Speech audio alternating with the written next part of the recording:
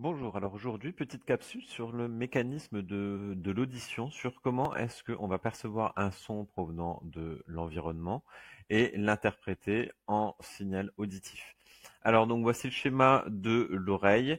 L'oreille, elle est constituée de trois parties. L'oreille externe, donc qui est constituée par le pavillon, le conduit auditif.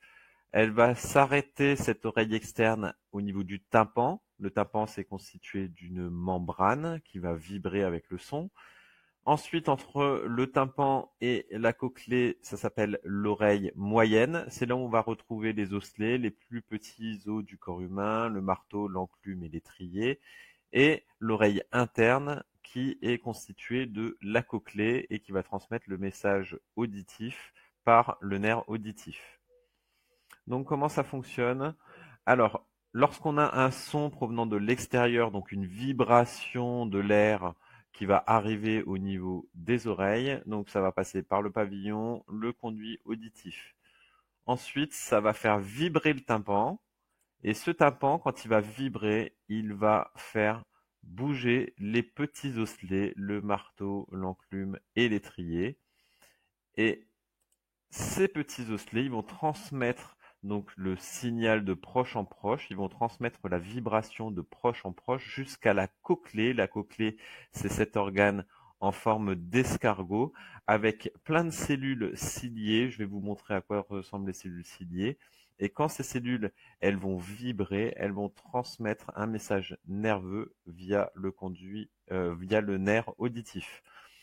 Donc, voici les cellules ciliées de la cochlée. Donc, voici les petits cils en surface de la cochlée. Et donc, quand la vibration, elle va faire vibrer ces cils-là, les cellules, elles vont transformer le signal de vibration en signal nerveux pour transmettre le message au cerveau.